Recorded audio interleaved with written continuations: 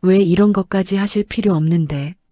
낡은 작업복을 입은 남자가 당황하며 말했지만 김밥집 사장인 수정은 이미 약상자를 꺼내 들고 있었습니다.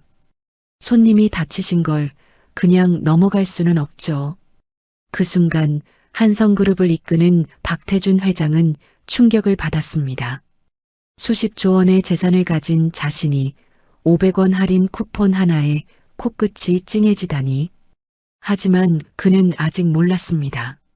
자신이 사랑하게 된 이 여자가 15년 전 자신이 외면했던 그 사람의 딸이라는 사실을, 그리고 이 진실이 밝혀지는 순간 모든 것이 뒤바뀔 것이라는 사실을, 진심과 배신, 용서와 복수가 얽힌 운명의 게임이 시작됩니다. 오늘의 사연 시작합니다. 구독해 주시면 채널 운용에 도움이 됩니다. 한성그룹 본사 60층 회장실. 거대한 유리창 너머로 서울 시내가 한눈에 내려다 보이는 이곳에서 박태준은 책상 위 사진 한 장을 바라보고 있었습니다. 아들 민호와 함께 찍은 사진 속 여성의 미소가 유독 눈에 들어왔습니다. 회장님, 예식장 예약건으로 연락이 왔습니다. 강 부장이 조심스럽게 문을 열고 들어오며 말했습니다. 박태준은 사진에서 시선을 떼지 못한 채 깊은 한숨을 내쉬었습니다. 강 부장, 자네는 어떻게 생각하나? 민호가 데려온 그 여자 말이야. 이수정 씨 말씀이신가요? 강 부장이 머뭇거리며 대답했습니다. 겉보기에는 단정하고 예의 바른 것 같습니다만. 박태준은 의자를 천천히 돌려 강 부장을 바라봤습니다. 겉보기로는 말이지. 사람의 진짜 모습은 그런데 안 보여. 특히 돈 앞에서는 더더욱 그렇지. 그는 잠시 창밖을 바라봤습니다. 하늘은 맑았지만 마음속은 짙은 안개가 깔린 듯 했습니다. 내가 그 나이에 결혼했을 때도 다들 그랬지. 좋은 집안, 좋은 조건, 그게 전부인 줄 알았어. 결국 남은 건 냉기뿐이었지. 강 부장은 말없이 고개를 숙였습니다. 박태준의 목소리는 점점 낮아졌지만 단호했습니다. 민호는 그렇게 살게 할 수 없네. 진심이 있는 여자인지 아닌지 내가 직접 확인해 봐야겠어. 그의 손끝이 사진 위를 천천히 스쳤습니다. 사진 속 며느리 될 여자의 미소가 이상하게도 더 선명하게 보였습니다. 이수정 과연 어떤 사람일까? 그는 낮게 중얼거리며 창문 너머로 눈을 돌렸습니다. 도시의 불빛이 하나둘 켜지고 있었습니다. 그리고 그의 시험은 그날 밤부터 시작됐습니다. 강 부장이 고개를 끄덕이며 대답했습니다. 신상 조회를 더 자세히 해보겠습니다. 아니야. 내가 직접 확인할 거야. 박태준이 일어나며 창밖을 바라봤습니다. 김밥집을 운영한다고 했지? 네, 마포구에 작은 김밥집을 운영하고 있습니다. 오늘 오후에 그 김밥집에 가볼 거야. 물론 정체를 숨기고 말이지. 강 부장이 놀란 표정으로 박태준을 바라봤습니다. 회장님이 직접요? 그건 너무 위험하지 않습니까? 위험? 김밥 하나 사 먹는 게 뭐가 위험해? 박태준의 입꼬리가 살짝 올라갔습니다. 30년 동안 사람들이 내게 보여준 건 모두 가면이었어. 이번엔 진짜 모습을 보고 싶다고. 2시간 후 박태준은 완전히 다른 사람이 되어 있었습니다. 평소 입던 수백만 원짜리 정장 대신 낡은 작업복을 입었습니다. 머리도 일부러 헝클어뜨리고 수염도 기르다 만 듯 지저분하게 만들었습니다. 정말 괜찮으십니까? 혹시라도 신분이 들통나면. 강 부장이 걱정스럽게 물었습니다. 걱정 마. 내가 이런 모습으로 다닌 적이 언제 있었나? 아무도 알아보지 못할 거야. 박태준이 중고차 열쇠를 받으며 웃었습니다. 30년간 운전기사가 모는 차만 타던 그가 직접 운전대를 잡는 날이었습니다. 마포구 골목길. 수정인의 김밥 천국이라는 소박한 간판이 눈에 들어왔습니다. 가게 앞에는 점심시간을 맞아 몇 명의 손님들이 줄을 서 있었습니다.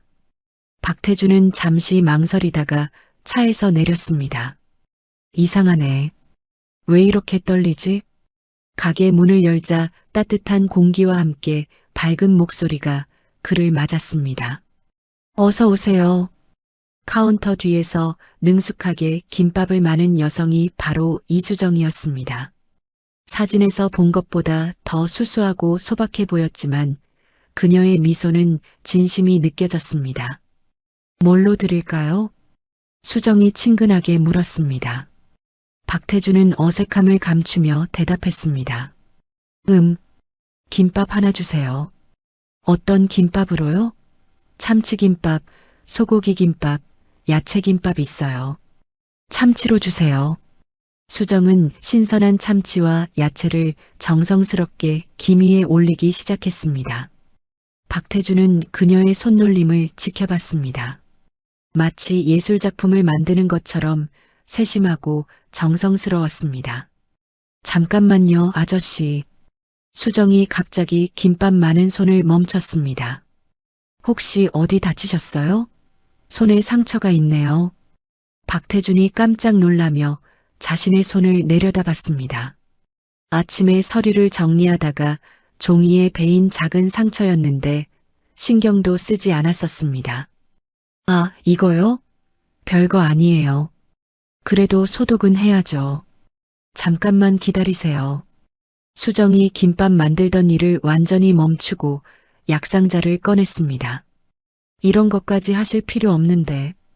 박태준이 당황스러워했지만 수정은 이미 소독약과 반창고를 들고 카운터 밖으로 나와 있었습니다. 손님이 다치신 걸 그냥 넘어갈 수는 없죠. 수정이 조심스럽게 그의 손을 잡고 상처 부위에 소독약을 발랐습니다. 조금 따가울 거예요. 박태준은 그녀의 따뜻한 손길에 이상한 감동을 받았습니다. 언제부터였을까 이렇게 진심 어린 관심을 받아본 것이. 아내도 아들도 심지어 오랜 부하 직원들도 그에게는 항상 조심스럽고 격식을 차렸습니다. 하지만 이 여자는 달랐습니다. 다 됐어요. 이제 괜찮을 거예요. 수정이 반창고를 붙여주며 환하게 웃었습니다. 고맙습니다. 박태준의 목소리에는 진심이 담겨 있었습니다. 김밥도 다 됐어요. 수정이 정성스럽게 포장한 김밥을 내밀었습니다. 3,000원입니다. 박태준이 지갑을 꺼내는데 수정이 그의 낡은 작업복을 보더니 살짝 미소를 지었습니다. 혹시 현장 일하세요? 네. 뭐 그런 셈이죠. 고생 많으시겠어요. 요즘 날씨도 추운데. 수정이 잠시 생각하더니 김밥 포장지에 뭔가를 적었습니다. 다음에 오시면 이거 보여주세요. 조금 할인해 드릴게요. 박태준이 포장지를 받아보니 단골 손님 박아저씨 마이너스 500원 할인이라고 적혀 있었습니다. 코끝이 찡해짐을 느꼈습니다. 수십조 원의 자산을 가진 재벌 회장이 500원 할인 쿠폰에 감동받는 순간이었습니다. 아저씨, 혹시 자식분 있으세요? 수정이 호기심 어린 눈으로 물었습니다. 아들이 하나 있습니다. 아, 그래요? 저도 곧 결혼해요. 신랑 될 분 아버지를 아직 제대로 인사드리지 못했는데. 수정의 얼굴에 살짝 걱정스러운 표정이 스쳤습니다. 좀 까다로우신 분 같아서요. 박태준은 쓴웃음을 지었습니다. 까다로운 시아버지라. 틀린 말은 아니었습니다. 진심을 다하면 통하지 않을까요? 박태준이 조심스럽게 말했습니다. 그럴까요? 수정의 얼굴이 다시 밝아졌습니다. 맞아요. 진심이면 통하겠죠. 그때 가게 문이 열리며 70대로 보이는 할머니가 들어왔습니다. 할머니, 오늘도 오셨네요. 수정이 반갑게 인사했습니다. 수정아, 미안하다. 또 외상으로. 괜찮아요, 할머니. 김밥 드시고 기운 내세요. 수정은 망설임 없이 김밥을 싸서 할머니께 드렸습니다. 박태주는 그 모습을 보며 깊은 감동을 받았습니다. 이익만 따지는 장사가 아니라 진정한 마음으로 사람들을 대하는 모습이었습니다. 아저씨, 김밥 맛있게 드세요. 또 오세요. 가게를 나서는 박태준의 뒤에서 수정의 목소리가 들려왔습니다. 차에 앉은 박태준은 김밥을 한 입 베어 물었습니다. 평생 고급 요리만 먹어온 그였지만 이렇게 따뜻하고 정성이 느껴지는 음식은 처음이었습니다. 휴대폰을 꺼내 강 부장에게 전화를 걸었습니다. 강 부장, 혼례 준비 제대로 진행해. 우리 며느리는 정말 괜찮은 사람이야. 네. 그럼 조사는? 조사는 끝났어. 내가 직접 확인했거든.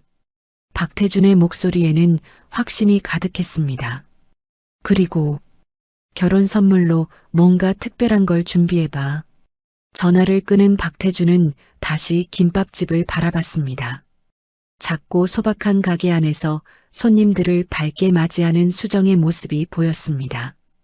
처음으로 아들의 선택을 진심으로 축복하고 싶다는 마음이 들었습니다. 한성그룹 본사 58층 전무실. 박민호는 아버지에게서 온 메시지를 보며 미간을 찌푸렸습니다. 결혼 준비 본격 진행하라는 내용이었습니다. 이상하네. 아버지가 이렇게 빨리 허락하실 줄은. 민호가 휴대폰을 책상에 올려놓으며 중얼거렸습니다. 예상보다 훨씬 빠른 승낙이었지만 마음 한편으로는 불안감이 밀려왔습니다. 전무님, 마케팅 보고서 검토 부탁드립니다. 비서가 서류를 가져왔지만 민호의 마음은 온통 수정 생각뿐이었습니다. 수정을 사랑했습니다. 하지만 동시에 두려웠습니다. 재벌가의 며느리가 된다는 것이 그녀에게 얼마나 큰 부담이 될지, 그리고 냉혹한 아버지가 과연 수정을 받아들일지 확신이 서지 않았습니다. 그때 사무실 문이 거칠게 열리며 박태준이 들어왔습니다. 아버지, 민호가 놀라 일어섰습니다. 민호야, 우리 얘기 좀 하자. 박태준의 표정은 평소와 달리 부드러웠습니다. 수정 씨 말씀이시죠? 아버지, 저는 결혼식 날짜를 정해야 한다. 다음 달 셋째 주 어떠냐? 민호는 깜짝 놀랐습니다. 아버지가 이렇게 적극적으로 나올 줄은 예상하지 못했습니다. 아버지, 너무 성급하신 것 아닌가요? 수정이는 아직 준비야 우리가 다 해주면 되지. 예식장도 드레스도 신혼집도 말이야. 박태준이 의자에 앉으며 말했습니다. 그런데 왜 얼굴이 어두우냐? 결혼을 앞둔 남자가. 민호는 잠시 망설이다가 입을 열었습니다. 아버지, 솔직히 말씀드리겠습니다. 수정이가 재벌가 며느리로 살아갈 수 있을지 걱정됩니다. 무슨 소리냐? 수정이는 너무 순수하고 착해요. 이 냉혹한 재벌가 세계에서 상처받을까봐 걱정이에요. 민호가 아버지를 바라봤습니다. 특히 아버지께서 수정이를 어떻게 대하실지. 박태준의 얼굴이 굳어졌습니다. 내가 며느리를 못되게 대할 것 같다는 얘기냐? 아버지께서는 항상 완벽을 요구하시잖아요. 수정이는 그런 환경에 익숙하지 않아요. 민호야. 박태준이 깊은 한숨을 쉬었습니다. 네가 나를 어떻게 생각하는지 알겠다. 하지만 이번만큼은 내 생각이 틀렸어. 네. 수정 씨는 정말 괜찮은 사람이야. 내가 직접 확인했거든. 민호는 어리둥절했습니다. 아버지가 언제 수정을 만났다는 건지, 그리고 왜 이렇게 달라진 건지 이해할 수 없었습니다. 한편 마포구 김밥집에서는 수정이 언니 수진과 대화를 나누고 있었습니다. 수정아, 정말 재벌가로 시집가는 거야? 수진이 걱정스러운 표정으로 물었습니다. 언니, 나는 그냥 민호 오빠를 사랑해서 결혼하는 거야. 재벌가라서가 아니라. 그래도 걱정돼. 드라마에서 보면 시어머니들이 얼마나 무섭던데. 시어머니는 돌아가셨어. 시아버지만 계신데 민호 오빠 말로는 좀 까다로우시긴 하지만 수정이 불안한 표정을 지었습니다. 그때 가게 문이 열리며 정장을 입은 중년 남성이 들어왔습니다. 강 부장이었습니다. 실례합니다. 이수정 씨 맞으시죠? 네, 그런데 누구세요? 저는 한성그룹에서 나왔습니다. 박민호 전무님 결혼건으로 인사드리러 왔어요. 수정과 수진의 얼굴이 동시에 굳어졌습니다. 강 부장은 정중하지만 어딘지 차가운 미소를 지으며 명함을 내밀었습니다. 앞으로 결혼 준비 과정에서 여러 가지 도움을 드리게 될 것 같습니다. 아, 네. 감사합니다. 수정이 어색하게 명함을 받았습니다. 우선 드레스 피팅부터 시작해야겠네요. 내일 오전 10시에 청담동 부티크로 오시면 됩니다. 강 부장이 종이를 건네며 말했습니다. 청담동이요? 너무 비싼 곳 아닌가요? 비용은 걱정하지 마세요. 모든 비용은 저희가 부담합니다. 수정은 당황스러웠습니다. 결혼 준비를 이렇게 일방적으로 진행하는 것이 불편했습니다. 민호 오빠와 상의해보고 박 전무님께서는 이미 승인하셨습니다. 강 부장이 단호하게 말했습니다. 그리고 예식장도 이미 예약되어 있습니다. 롯데호텔 크리스탈 볼룸이죠. 잠깐만요. 수정이 당황하며 손을 들었습니다. 너무 성급하게 진행되는 것 같은데요. 저희가 원하는 건 소박한 결혼식이에요. 강 부장의 표정이 미세하게 변했습니다. 소박한 결혼식이라고 하시면 가족들과 가까운 지인들만 모시고 작은 식당에서 조촐하게 하려고 했어요. 그건 한성그룹 전무의 결혼식으로는 부적절합니다. 언론의 관심도 있고 비즈니스 파트너들도 초대해야 하니까요. 수정은 점점 숨이 막히는 느낌이었습니다. 이것이 재벌가로 시집가는 것의 현실이었습니다. 그리고 또 하나 부탁드릴 게 있습니다. 강 부장이 조심스럽게 말을 이었습니다.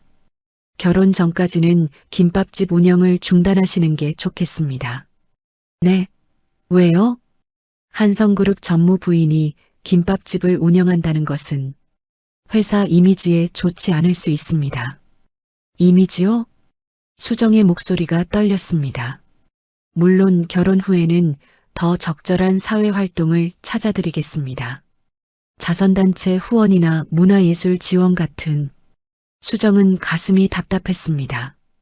자신이 평생 꿈꿔온 삶, 손님들과 정을 나누며 운영해온 김밥집을 포기하라는 것이었습니다. 죄송하지만 그건 제가 결정할 문제예요. 민호 오빠와 상의해서 연락드리겠습니다. 강 부장은 잠시 침묵하다가 고개를 끄덕였습니다. 그럼 내일 드레스 피팅만이라도 부탁드립니다. 시간이 많지 않으니까요. 강 부장이 나간 후 수진이 수정의 어깨에 손을 올렸습니다. 수정아, 괜찮아? 언니, 나 정말 잘하고 있는 걸까? 수정의 눈에 눈물이 맺혔습니다. 그날 저녁 민호와 만난 수정은 하루 있었던 일을 털어놓았습니다. 민호 오빠, 나 정말 김밥집을 그만둬야 해요? 민호는 답답한 마음이었습니다. 수정아, 미안해. 내가 미리 얘기했어야 했는데. 오빠도 김밥집 그만두는 게 맞다고 생각해요? 민호는 망설였습니다. 솔직히 말하면 회사 입장에서는 강 부장의 말이 맞았습니다. 하지만 수정의 상처받은 표정을 보니 차마 그런 말을 할 수 없었습니다. 수정아, 잠시만 쉬는 거야. 결혼하고 안정되면 다시 시작할 수 있어. 정말요? 약속해요? 응, 약속해. 민호가 수정의 손을 잡았습니다. 하지만 그의 마음 한편에는 불안감이 자리 잡고 있었습니다. 한편 한성그룹 본사에서는 박태준이 강 부장의 보고를 듣고 있었습니다. 회장님, 이수정 씨가 드레스 피팅에는 응하겠다고 하는데 김밥집 운영 중단 거는 거부했습니다. 거부했다고? 박태준의 눈빛이 예리해졌습니다. 네, 박 전무님과 상의하겠다고 하더군요. 박태주는 잠시 생각에 잠겼습니다. 김밥집에서 본 수정의 모습이 떠올랐습니다. 그 따뜻하고 진심 어린 모습을 포기하라고 하는 것이 과연 옳은 일일까요? 강 부장. 네, 회장님. 김밥집 거는 좀 더 신중하게 접근하자. 성급하게 밀어붙이지 말고. 하지만 회장님, 이미지 관리 차원에서 이미지보다 중요한 게 있어. 박태준이 창밖을 바라보며 말했습니다. 진정성 말이야. 강 부장은 이해할 수 없다는 표정이었지만 고개를 끄덕였습니다. 하지만 속으로는 생각했습니다. 회장님이 너무 관대해지신 것은 아닐까? 재벌가 며느리에게는 그에 맞는 품격이 필요한데 이렇게 박태준의 마음과 주변 사람들의 기대 사이에 미묘한 균열이 생기기 시작했습니다. 그리고 수정은 재벌가 며느리가 되는 것의 무게를 실감하며 점점 부담감을 느끼고 있었습니다.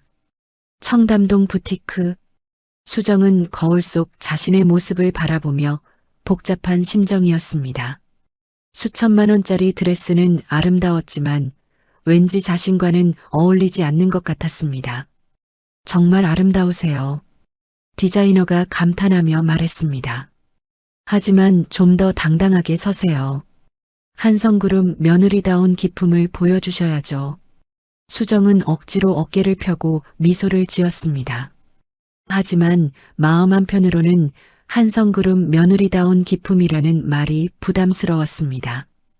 피팅을 마치고 나온 수정 앞에 30대 중반의 세련된 여성이 나타났습니다. 이수정 씨 맞으시죠? 네. 누구세요?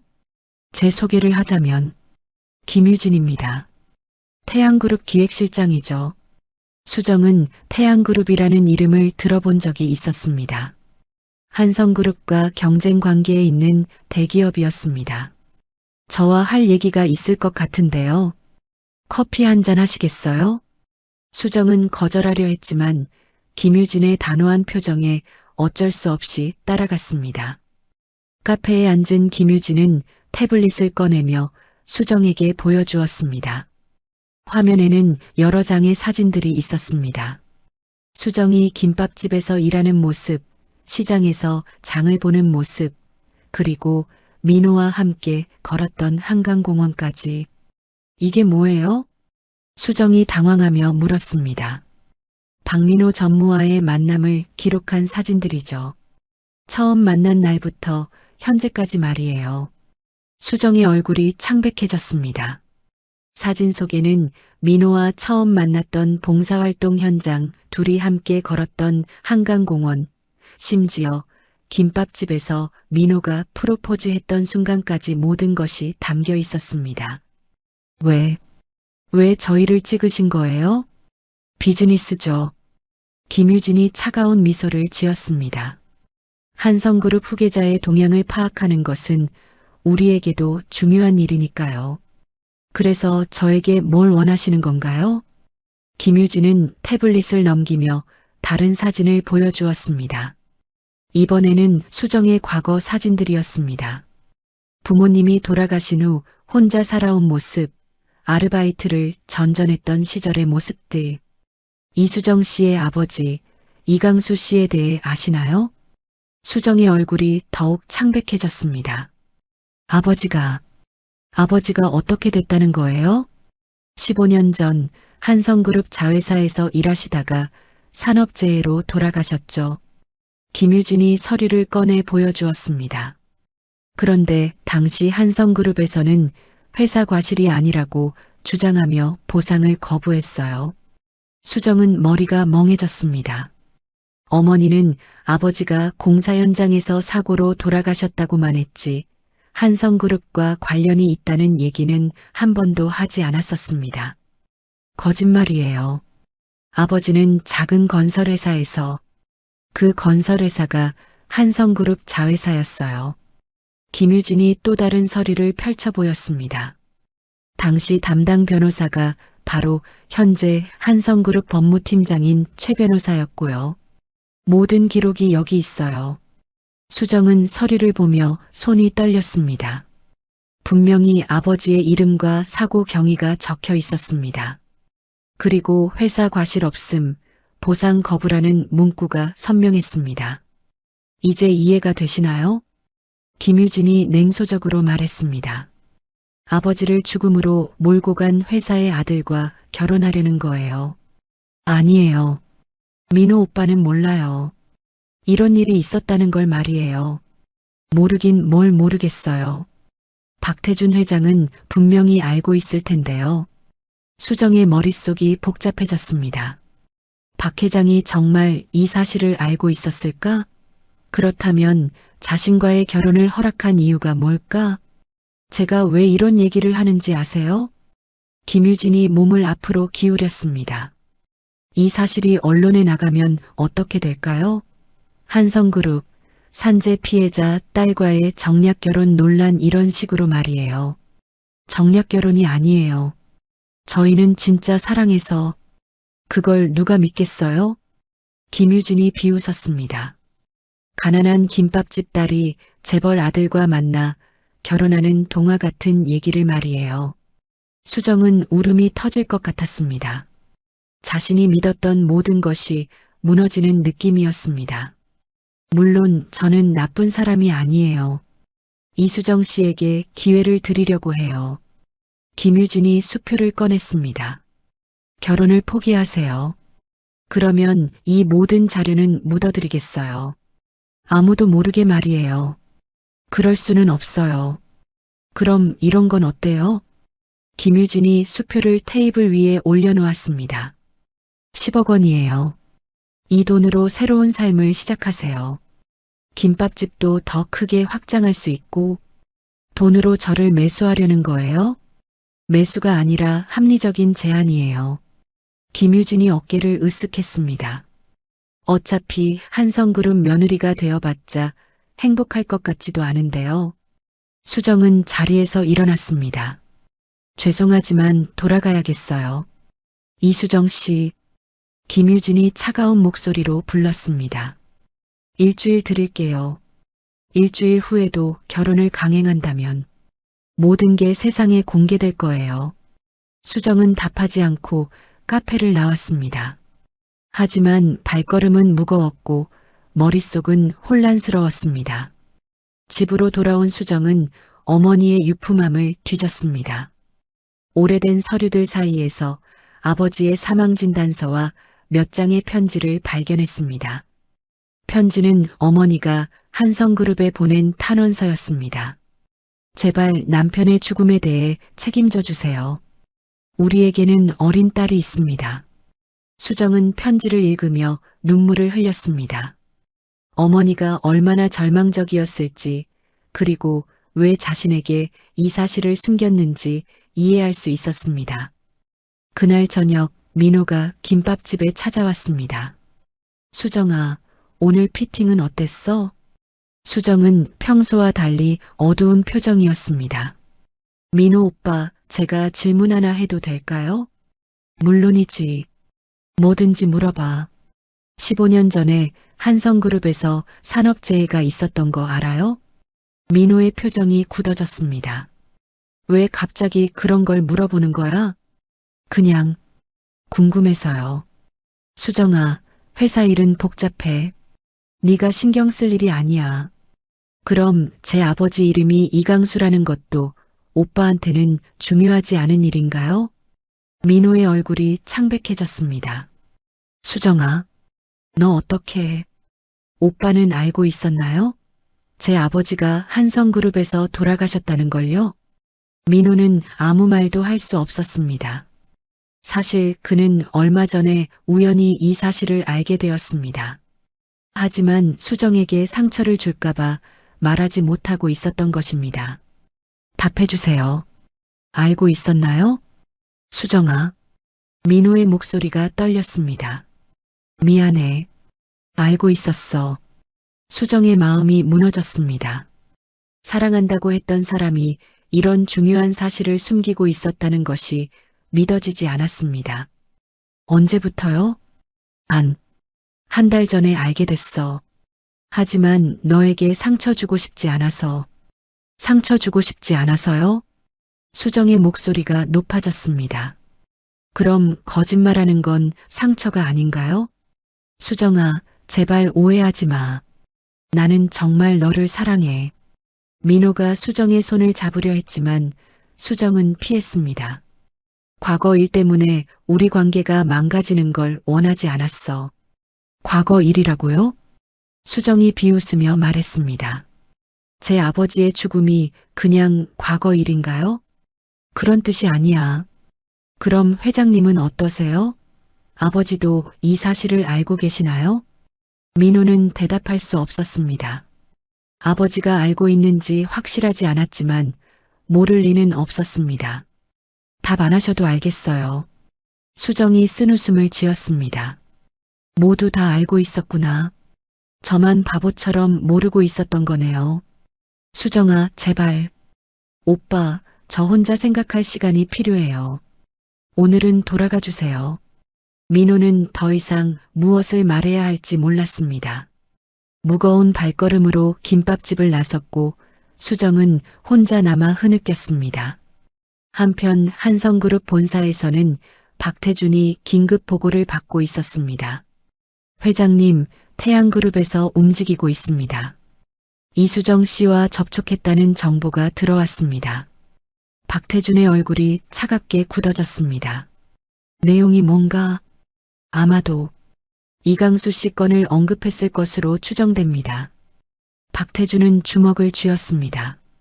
15년 전에 그 일이 결국 발목을 잡는 순간이 온 것입니다. 회장님, 어떻게 하시겠습니까? 박태준은 깊은 한숨을 쉬었습니다. 이제 선택해야 할 때가 왔습니다. 회사를 지킬 것인가 아니면 진실과 마주할 것인가. 강 부장, 내일 아침 이수정 씨를 만나자. 모든 걸 솔직하게 얘기할 때가 된 것 같다.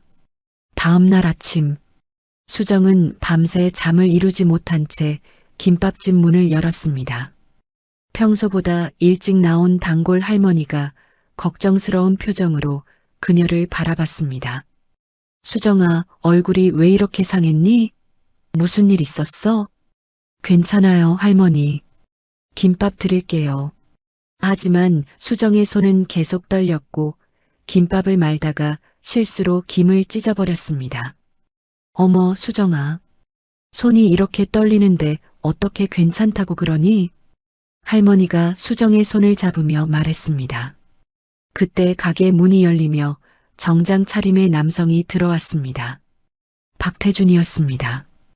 어제와 달리 변장하지 않은 모습이었지만 표정은 무겁고 진중했습니다. 수정 씨, 잠시 얘기 좀 할 수 있을까요?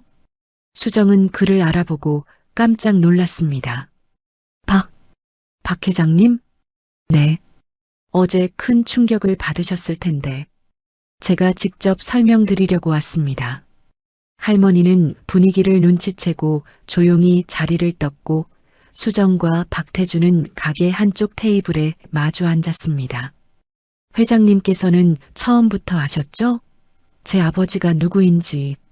수정의 목소리는 차갑고 떨리고 있었습니다. 네, 알고 있었습니다. 박태준은 고개를 끄덕였습니다. 하지만 처음에는 우연의 일치라고 생각했어요. 민호가 당신을 사랑한다고 했을 때도 말이죠. 그럼 저를 김밥집에서 만났을 때도 그때는 정말 몰랐습니다. 박태준의 눈에 진실이 담겨 있었습니다. 변장하고 온 것도 며느리의 진짜 모습을 보고 싶어서였지 당신이 이강수 씨의 딸인 줄은 나중에야 알았어요. 수정은 혼란스러웠습니다. 그럼 제가 누구인지 아신 후에도 결혼을 허락하신 건가요? 박태준은 깊은 한숨을 쉬었습니다. 수정 씨, 15년 전 일에 대해서 변명할 생각은 없습니다. 박태준이 테이블에 손을 올리며 말했습니다.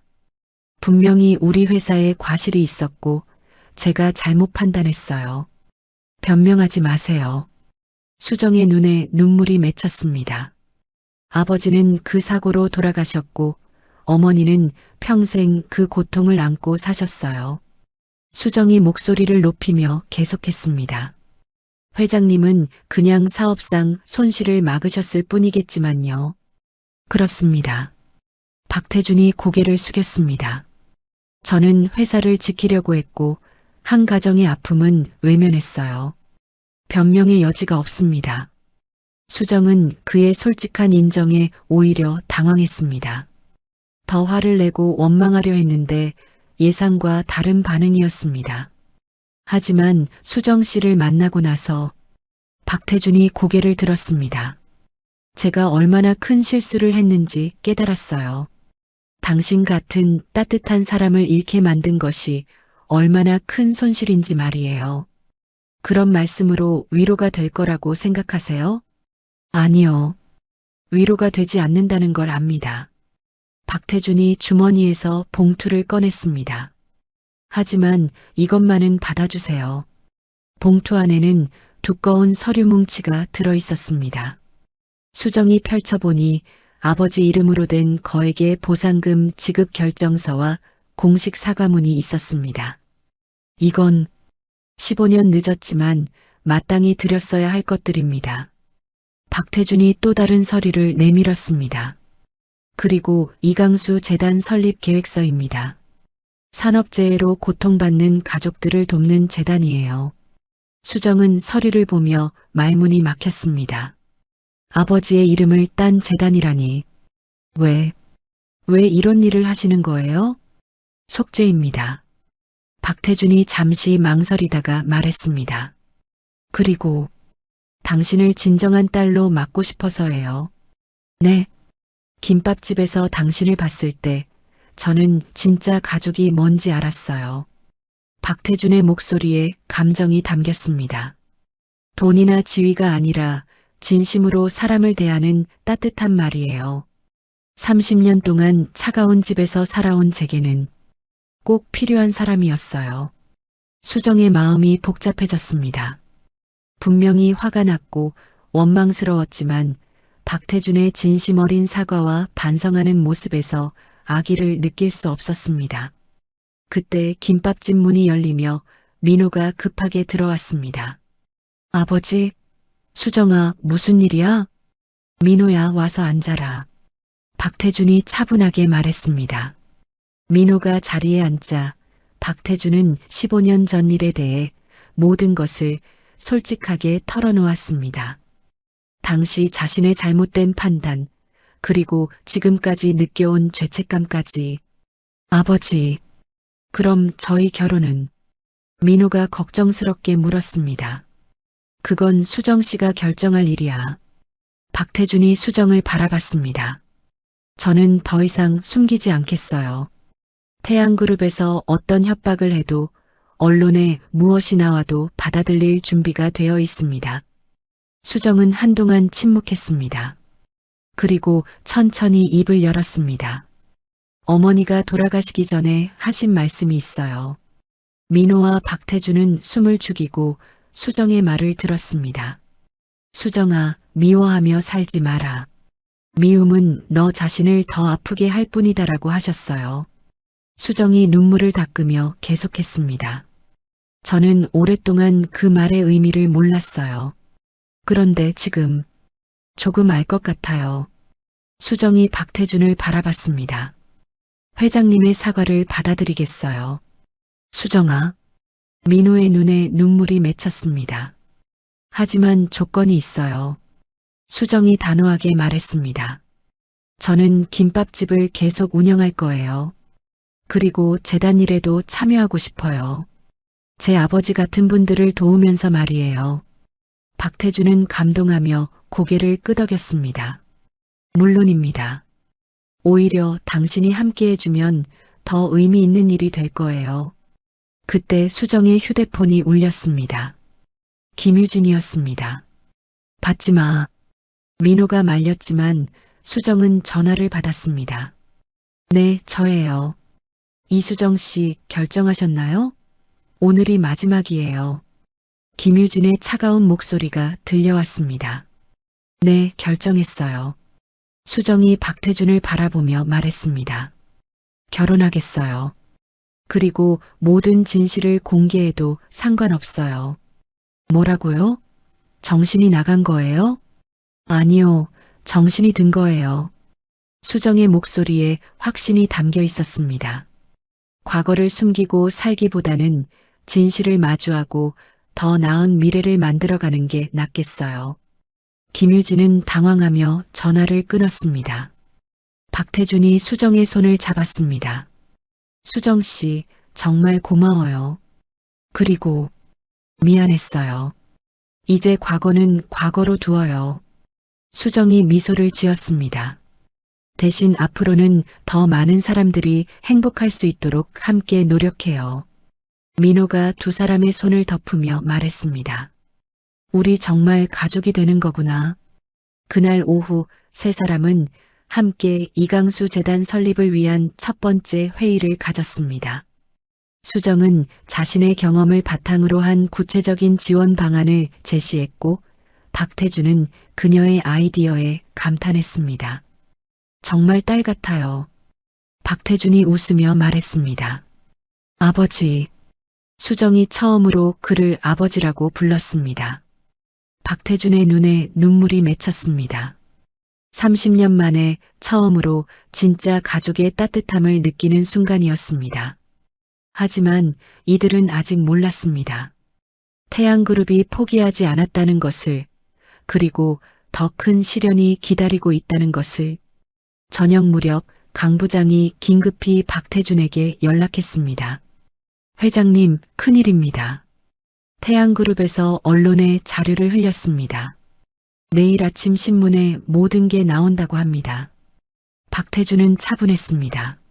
알겠어. 우리도 준비하자. 기자회견을 열고 모든 걸 솔직하게 얘기할 거야. 회장님? 강 부장, 진실을 숨기는 건 한계가 있어. 이제는 정면으로 맞서야 할 때야. 절망적인 상황에서 만난 진실과 용서가 새로운 희망의 씨앗이 되고 있었습니다. 한 달 후, 서울 시내 대형 컨벤션 센터에서는 이강수 재단 출범식이 열리고 있었습니다. 예상보다 훨씬 많은 사람들이 참석했습니다. 산업재해 피해 가족들, 언론, 그리고 뜻을 같이 하는 기업인들까지 모여들었습니다. 무대 위에 선 박태준은 떨리는 마음으로 마이크를 잡았습니다. 30년간 기업인으로 살아오면서 가장 중요한 순간이었습니다. 여러분, 오늘 이 자리에 서기까지 저는 많은 걸 깨달았습니다. 박태준의 목소리가 홀을 가득 메웠습니다. 15년 전 저는 한 사람의 죽음 앞에서 기업의 이익만을 생각했습니다. 청중들이 숨을 죽이며 그의 말을 들었습니다. 그 결과 한 가정이 무너졌고 어린 딸은 아버지 없이 자라야 했습니다. 박태준이 무대 아래 수정을 바라보며 계속했습니다. 하지만 운명은 참으로 신비로운 것 같습니다. 그 어린 딸이 자라서 제 아들의 마음을 사로잡았고 저에게도 진정한 가족의 의미를 가르쳐 주었습니다. 무대 아래에서 수정이 눈물을 글썽였습니다. 옆에 선 민호가 그녀의 손을 꼭 잡았습니다. 이강수 재단은 단순한 보상이 아닙니다. 박태준이 목소리에 힘을 실어 말했습니다. 저의 속죄이자 더 나은 사회를 만들기 위한 약속입니다. 앞으로 산업재해로 고통받는 모든 가족들에게 실질적인 도움을 드리겠습니다. 박태준이 무대에서 내려와 수정에게 다가갔습니다. 그리고 모든 사람들이 보는 앞에서 깊이 고개를 숙였습니다. 딸아, 늦었지만 아버지가 미안하다. 수정도 눈물을 흘리며 박태준을 일으켰습니다. 아버지, 이제 그만해요. 우리 함께 앞을 보아요. 그 순간 홀 전체에 뜨거운 박수가 터져 나왔습니다. 많은 사람들이 감동의 눈물을 흘렸습니다. 진정한 화해와 용서의 순간이었습니다. 행사가 끝난 후 가족들은 작은 한식당에서 조촐한 축하 모임을 가졌습니다. 평소 고급 레스토랑만 가던 박태준이었지만 이제는 수정이 좋아하는 소박한 곳이 더 편했습니다. 아버지, 정말 고생 많으셨어요. 수정이 박태준에게 밥을 떠주며 말했습니다. 고생이 뭐야? 내가 해야 할 일을 했을 뿐이지. 박태준이 흐뭇하게 웃었습니다. 그런데 수정아, 결혼식 날짜는 언제로 할까? 다음 달 첫째 주는 어떠세요? 민호가 기대에 찬 목소리로 말했습니다. 좋아. 이번에는 정말 수정이가 원하는 대로 하자. 소박하고 따뜻한 결혼식으로 말이야. 그때 수정의 휴대폰으로 문자가 왔습니다. 김밥집 단골 할머니들로부터였습니다. 수정아, 뉴스 봤다. 정말 자랑스럽구나. 우리도 결혼식에 갈 수 있을까? 수정이 문자를 보여주자 박태준이 웃음을 터뜨렸습니다. 당연히 와야지. 우리 며느리의 가족들인데. 결혼식 당일 마포구 작은 공원에 마련된 야외 예식장은 따뜻한 분위기로 가득했습니다. 한성그룹 임직원들과 김밥집 단골들이 함께 어우러진 독특하고 훈훈한 광경이었습니다. 수정은 화려한 드레스 대신 단순하지만 우아한 한복을 입었습니다. 박태준이 직접 골라준 것이었습니다. 우리 딸이 제일 예쁘다. 박태준이 수정의 팔을 잡으며 말했습니다. 아버지가 더 멋있으세요. 수정이 밝게 웃었습니다. 버질로드를 걸어가는 동안 수정은 하늘을 올려다봤습니다. 구름 사이로 따뜻한 햇살이 비치고 있었습니다. 아빠, 엄마, 보고 계시죠? 딸이 정말 행복해요. 예식이 진행되는 동안 김밥집 단골 할머니들은 연신 눈물을 닦았습니다. 우리 수정이가 이렇게 훌륭한 사람과 결혼하다니. 저 회장님도 처음 보는 것보단 훨씬 인상이 좋으시네. 한편 한성그룹 임직원들도 놀라워했습니다. 평소 엄격하기만 했던 박태준이 이렇게 따뜻한 미소를 짓는 모습을 처음 보았기 때문입니다. 예식 후 피로연에서는 더욱 흥미로운 일들이 벌어졌습니다. 박태준이 직접 김밥집 단골들에게 음식을 나르며 인사를 나누는 모습, 한성그룹 상무들이 할머니들과 함께 사진을 찍는 모습, 평소라면 상상할 수 없는 광경들이었습니다. 회장님, 정말 좋은 며느리 두셨네요. 한 할머니가 박태준에게 말했습니다. 제가 더 고마운 사람을 얻었어요. 박태준이 진심으로 답했습니다. 강 부장이 박태준에게 다가와 속삭였습니다. 회장님, 주식도 안정세를 찾았고 오히려 재단 설립 이후 기업 이미지가 크게 개선됐습니다. 그런 건 중요하지 않아. 박태준이 수정과 민호의 행복한 모습을 바라보며 말했습니다. 진짜 중요한 건 가족의 행복이야. 피로연이 끝나갈 무렵 수정이 마이크를 잡고 인사말을 했습니다. 오늘 이 자리에 와주신 모든 분들께 감사드려요. 수정의 목소리가 떨렸습니다. 특히 저를 딸처럼 아껴주신 김밥집 단골 어르신들, 그리고 저를 진정한 딸로 받아주신 아버지께 정말 고마워요. 박수가 터져나왔고 박태준은 감동으로 눈시울을 적셨습니다. 저는 오늘 2개의 큰 선물을 받았어요. 사랑하는 사람과의 결혼, 그리고 따뜻한 가족이에요. 수정이 목소리를 높여 말했습니다. 앞으로 이 행복을 많은 사람들과 나누며 살겠습니다. 신혼여행을 떠나기 전 세 사람은 마지막으로 김밥집에 들렀습니다. 수정이 아직 완전히 정리하지 못한 것들이 있었기 때문입니다. 이제 정말 김밥집 그만두는 거야? 박태준이 아쉬워하며 물었습니다. 아니에요, 아버지. 재단 일과 병행할 거예요. 수정이 웃으며 답했습니다. 이곳은 제게 너무 소중한 곳이거든요. 그래, 그게 맞다. 네가 내 자신을 잃으면 안 되지. 민호가 수정을 뒤에서 껴안으며 말했습니다. 우리 여기서 첫 데이트 했었지? 맞아. 오빠가 김밥 먹으면서 눈물 흘렸던 기억나요? 야, 그건 김밥이 매워서 그런 거야. 세 사람이 웃음을 터뜨렸습니다. 작은 김밥집 안에 행복한 웃음소리가 가득했습니다. 하지만 이 평화로운 순간은 오래가지 못했습니다. 수정의 휴대폰이 급하게 울렸습니다. 재단 사무실에서 걸려온 전화였습니다. 수정 씨, 큰일 났어요. 박 회장님이 쓰러지셨대요. 수정의 얼굴이 창백해졌습니다. 뭐라고요?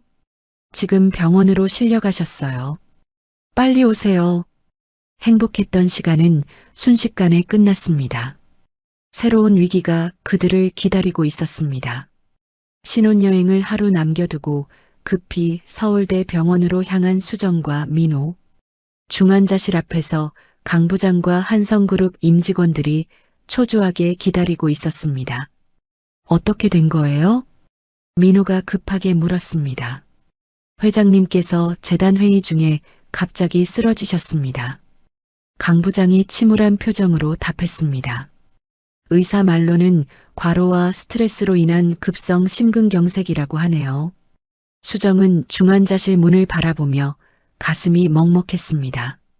겨우 진짜 아버지를 얻었는데 이렇게 잃을 수는 없었습니다. 수술은 어떻게 됐어요? 일단 응급수술은 성공했지만 아직 의식을 회복하지 못하셨습니다. 강 부장이 한숨을 쉬며 말했습니다. 며칠 더 지켜봐야 한다고 하네요. 그때 병원 복도 끝에서 낯익은 인물들이 나타났습니다. 박태준의 형 박태수와 그의 아들 박준영이었습니다. 한성그룹 지분을 상당히 보유하고 있는 이들의 등장은 심상치 않았습니다. 민호야, 아버지 상태가 어떠냐? 박태수가 걱정스러운 척하며 다가왔습니다. 큰아버지, 아직 의식을 회복하지 못하셨어요. 그래서 내가 온 거야. 박태수가 의미심장한 표정을 지었습니다. 이런 상황에서는 회사 경영에 공백이 생기면 안 되지 않겠나? 민호는 불안한 예감이 들었습니다. 무슨 말씀이세요? 임시로라도 경영권을 누군가가 맡아야 한다는 얘기야. 박태수가 민호의 어깨에 손을 올렸습니다. 네가 아직 경험이 부족하니까 말이야. 큰아버지, 아버지께서 의식을 회복하실 때까지 기다려보죠. 박준영이 끼어들었습니다. 형, 회사는 하루도 멈출 수 없어. 이미 주가도 불안해지고 있고 투자자들도 걱정하고 있어. 강 부장이 민호에게 귓속말했습니다. 전무님, 조심하셔야 할 것 같습니다. 박태수 이사께서 이사회 소집을 요청하셨습니다. 수정은 이들의 대화를 들으며 분노가 치밀었습니다. 박태준이 생사를 오가는 상황에서 경영권을 노리다니. 잠깐만요. 수정이 나섰습니다. 지금 아버지께서 중환자실에 계신 상황에서 그런 얘기를 하시는 게 맞나요? 박태수가 수정을 차갑게 바라봤습니다. 아, 새로 들어온 며느리구나. 박태수가 비웃듯 말했습니다. 하지만 이건 회사 일이야. 가족이라고 해서 끼어들 일이 아니지. 가족이니까 더 말씀드리는 거예요. 수정이 목소리를 높였습니다. 아버지께서 얼마나 회사를 사랑하시는지 아시잖아요. 그런 분이 위급한 상황에서 수정아, 그만해. 민호가 수정을 말렸습니다. 하지만 수정은 물러서지 않았습니다. 민호 오빠, 이건 옳지 않아요. 아버지께서 깨어나실 때까지 기다리는 게 당연하죠. 박준영이 비웃으며 말했습니다. 참 순진하네. 비즈니스 세계가 그렇게 감상적으로 돌아가는 줄 아나? 그때 중환자실에서 간호사가 나왔습니다. 보호자분께서 잠깐 들어오세요. 환자분이 의식을 되찾으셨습니다. 중환자실 안에서 박태준은 산소 마스크를 쓴 채 힘겹게 눈을 뜨고 있었습니다. 수정과 민호가 침대 양쪽에 앉았습니다. 아버지, 수정이 눈물을 글썽이며 그의 손을 잡았습니다. 박태준은 수정을 보고 미소를 지으려 했지만 너무 힘들어했습니다. 간신히 입을 열었습니다. 수정아, 민호야, 가까이 와. 두 사람이 더 가까이 다가가자 박태준이 속삭이듯 말했습니다. 내가 혹시 무슨 일이 생기면 회사 일로 힘들어하지 마. 아버지, 무슨 소리세요? 곧 나으실 거예요. 민호가 애써 밝게 말했습니다. 아니야. 내 몸은 내가 잘 안다. 박태준이 수정을 바라봤습니다. 수정아, 네가 우리 가족에게 가져다 준 행복. 정말 고마웠어. 아버지, 그런 말씀하지 마세요. 그리고 재단 일 꼭 계속해줘. 그게 내 마지막 소원이야. 박태준의 호흡이 거칠어졌고 의료진이 급히 들어왔습니다. 수정과 민호는 밖으로 나와야 했습니다. 복도에서 기다리는 동안 박태수가 다시 접근했습니다. 민호야, 아버지 상태를 보니 당분간 경영 복귀는 어려울 것 같다. 박태수가 단호하게 말했습니다. 이사회에서 결정을 내려야 해. 큰아버지, 아버지께서 회복하실 때까지 언제까지 기다릴 거냐? 회사가 망해도 되겠다는 거야? 그때 수정의 휴대폰으로 긴급 연락이 왔습니다. 재단 직원으로부터였습니다. 수정 씨, 큰일 났어요. 재단 계좌가 동결됐어요.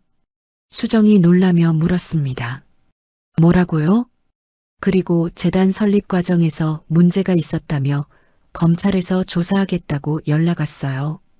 수정은 머리가 어찌랬습니다. 박태준이 쓰러진 틈을 타서 누군가가 재단을 흔들고 있었습니다. 민호에게 상황을 설명하자 그의 얼굴도 창백해졌습니다. 이건 분명히 계획적인 거야. 아버지가 쓰러진 걸 기회로 삼아서. 강 부장이 조심스럽게 다가왔습니다. 전무님, 더 큰 문제가 있습니다. 강 부장이 긴장한 표정으로 말했습니다.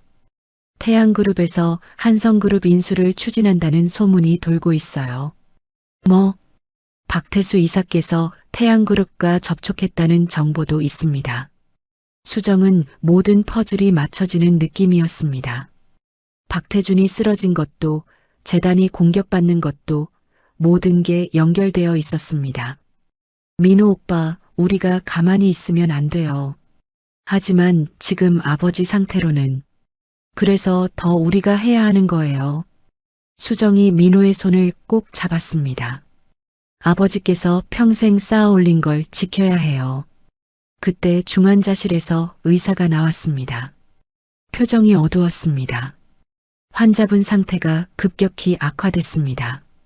의사가 심각한 표정으로 말했습니다. 뇌출혈 증상도 보이고 수술을 다시 해야 할 것 같습니다. 수정과 민호는 절망에 빠졌습니다. 박태준의 생명이 위험한 상황에서 회사와 재단까지 위기에 처한 것입니다. 박태수가 냉정하게 말했습니다. 이제 더 이상 미룰 수 없다. 내일 긴급 이사회를 소집하겠다. 큰아버지. 민호가 항의했지만 박태수는 돌아서며 말했습니다. 민호야, 이건 개인적인 감정으로 해결될 일이 아니야. 회사와 주주들을 생각해야 해. 박태수 일행이 떠나고 나자 수정과 민호는 망연자실했습니다. 어떻게 하지, 수정아? 수정은 중환자실을 바라보며 다짐했습니다. 오빠, 우리가 포기하면 안 돼요. 아버지께서 믿고 맡기신 거잖아요. 하지만 우리에게 무슨 힘이 있어? 힘은 만들어가는 거예요. 수정의 눈에 결의가 서렸습니다. 아버지께서 가르쳐 주신 게 있어요. 진심은 통한다고 하셨잖아요. 하지만 현실은 냉혹했습니다. 박태준은 생사를 오가고 있었고 한성그룹은 위기에 처했으며 재단마저 공격받고 있었습니다. 과연 수정과 민호가 이 모든 위기를 극복할 수 있을까? 진정한 시험이 시작된 것입니다. 다음 날 오전 한성그룹 이사회실에서 박태수 중심의 이사들이 경영권 이양을 논의하고 있었습니다.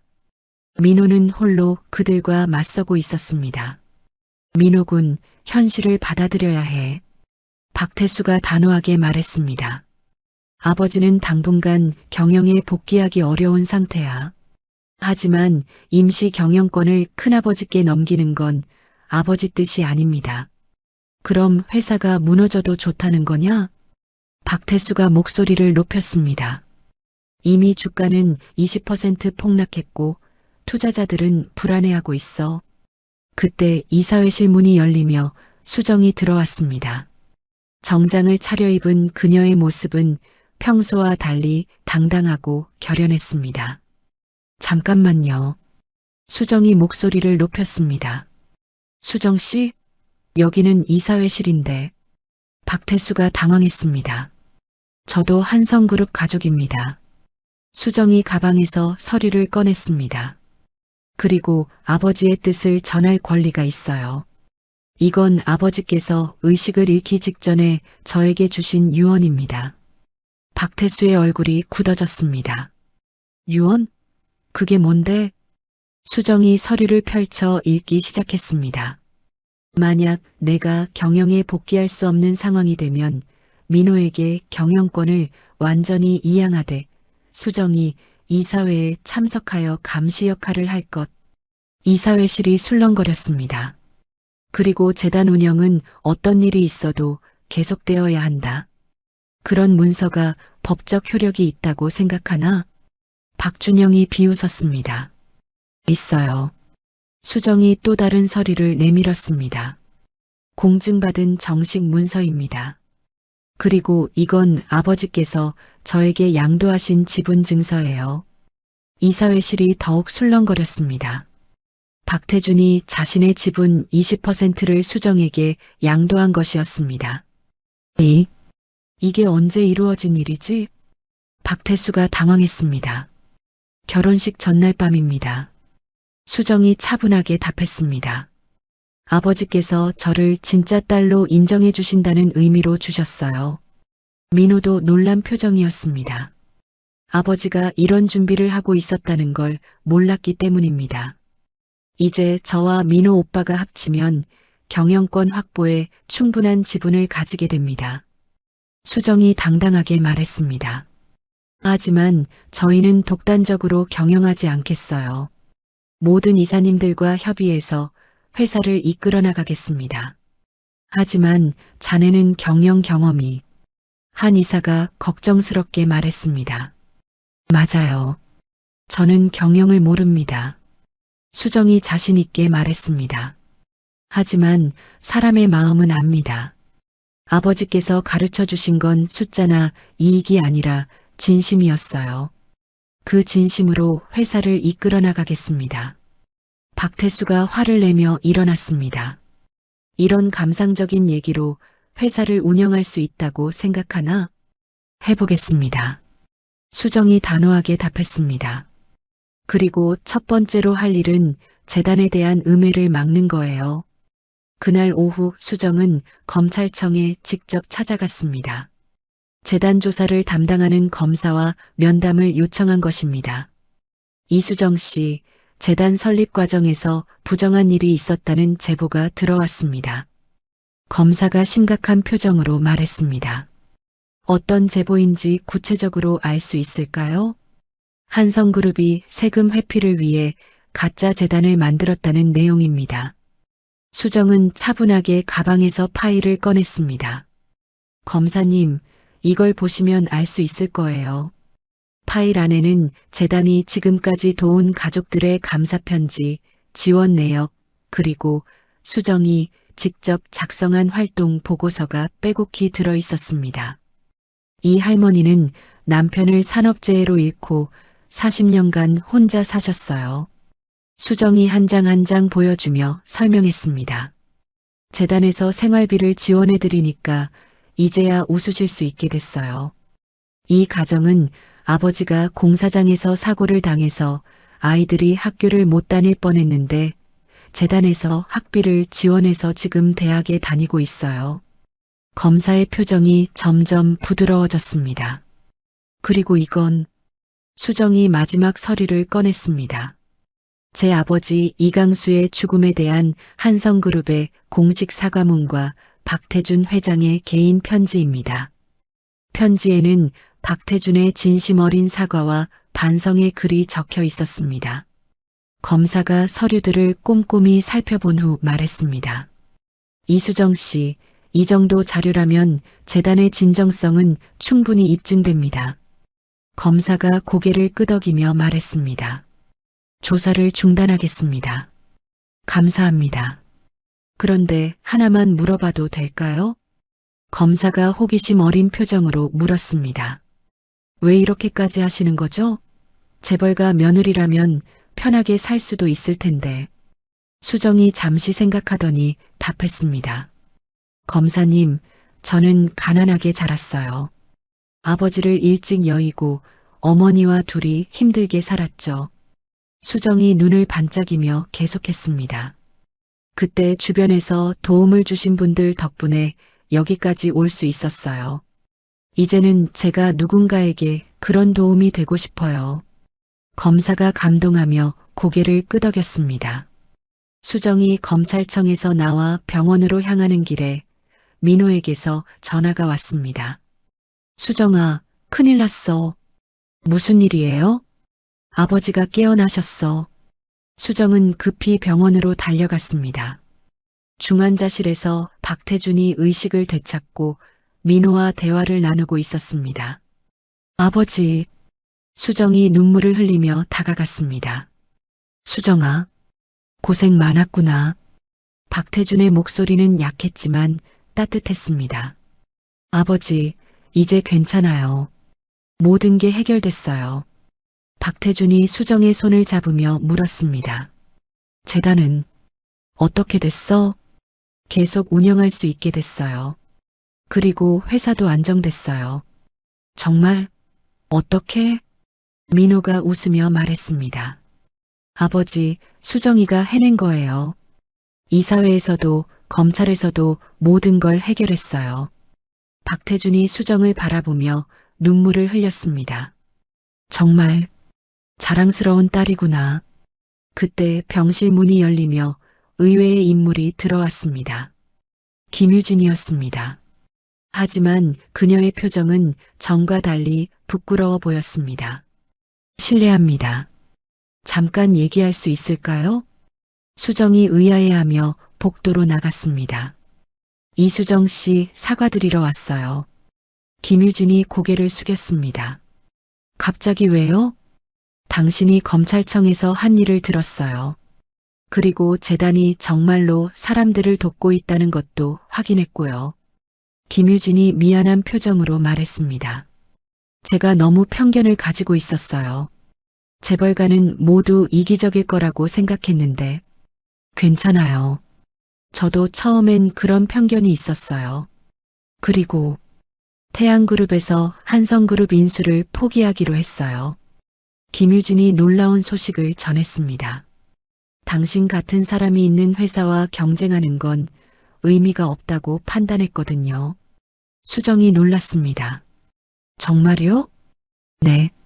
대신 저희도 비슷한 재단을 만들려고 해요. 당신을 보고 배운 거죠. 두 여성은 웃으며 악수를 나눴습니다. 경쟁자에서 동반자가 되는 순간이었습니다. 병실로 돌아온 수정은 박태준에게 모든 소식을 전했습니다. 박태준은 감격스러워하며 말했습니다. 수정아, 네가 진짜 기적을 만들어냈구나. 진심의 힘이 이렇게 클 줄 몰랐어. 아버지께서 가르쳐 주신 대로 했을 뿐이에요.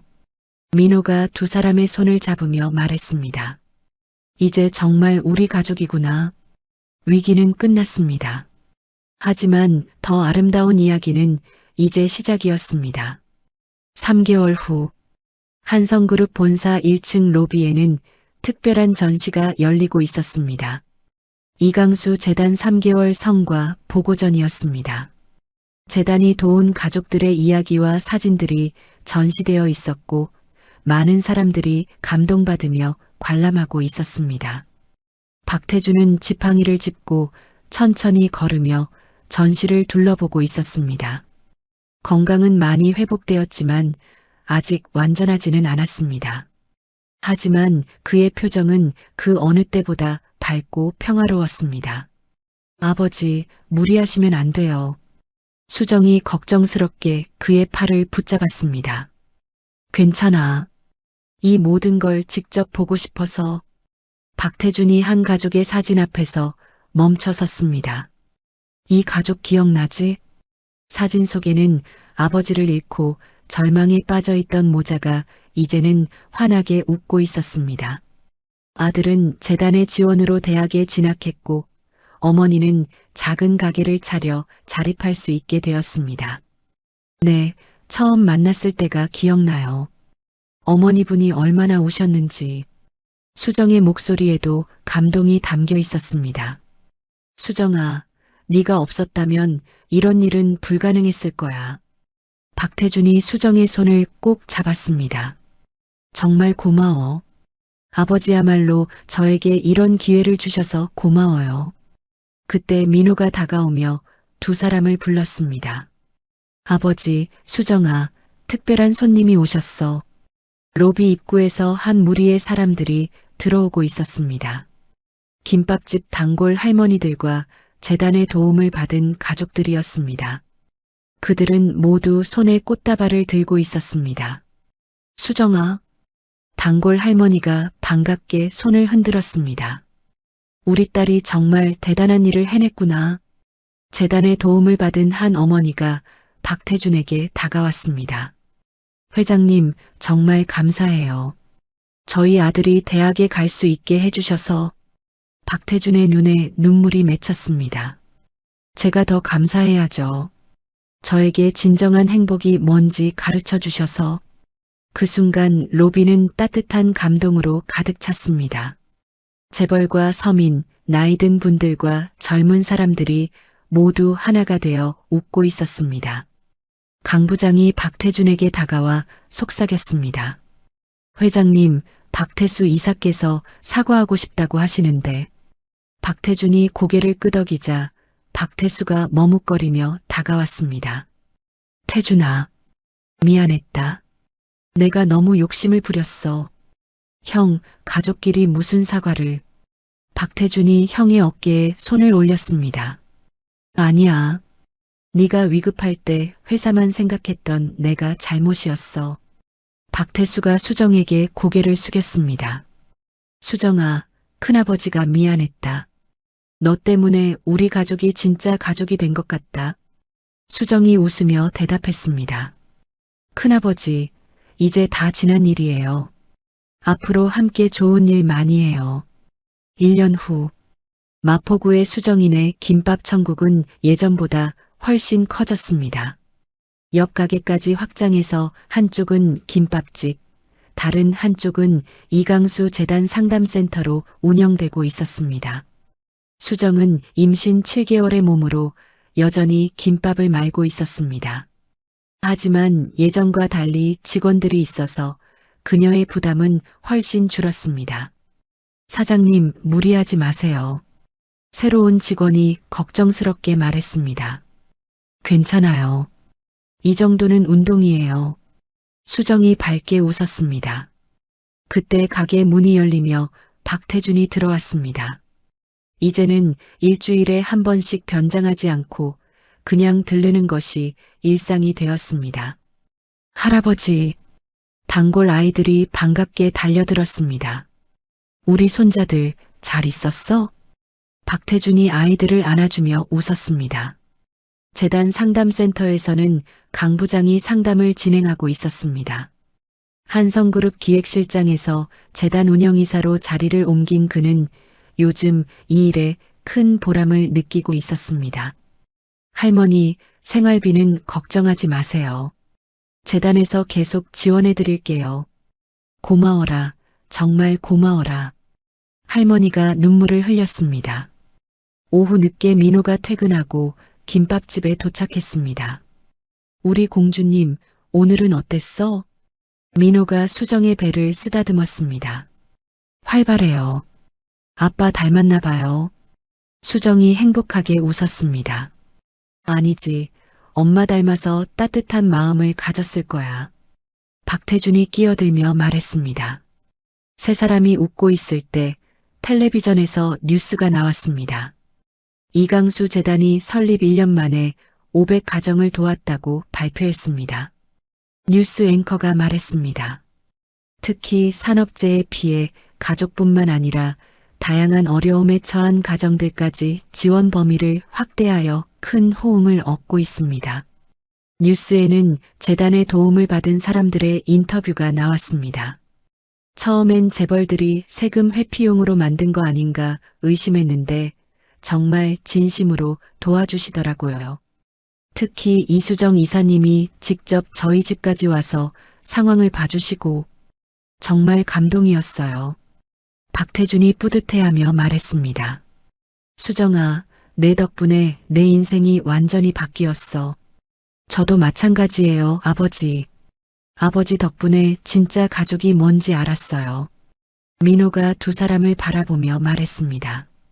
우리 아이가 태어나면 정말 따뜻한 가정에서 자랄 수 있겠어. 당연하지. 할아버지가 바로 옆에 있는데. 박태준이 웃었습니다.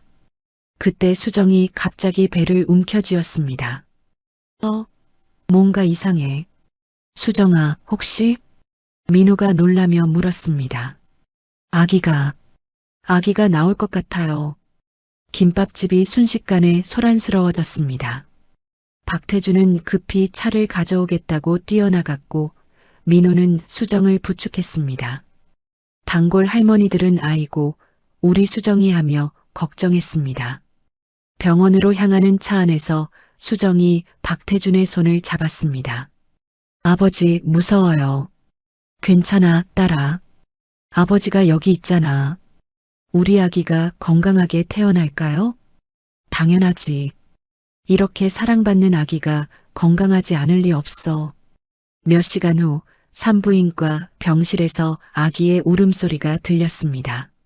건강한 여자아이였습니다. 축하합니다. 3.2kg의 건강한 따님이에요. 의사가 웃으며 말했습니다. 수정이 아기를 안고 눈물을 흘렸습니다. 안녕, 아가야. 엄마야. 박태준과 민호도 감동으로 눈물을 흘리며 아기를 바라봤습니다. 이름은 뭐로 할까? 민호가 물었습니다. 수정이 박태준을 바라보며 말했습니다. 아버지께서 지어주세요. 박태준이 잠시 생각하더니 말했습니다. 박희망이 어떨까? 우리 모두에게 희망을 가져다 준 아이니까. 희망이. 좋아요. 수정이 환하게 웃었습니다.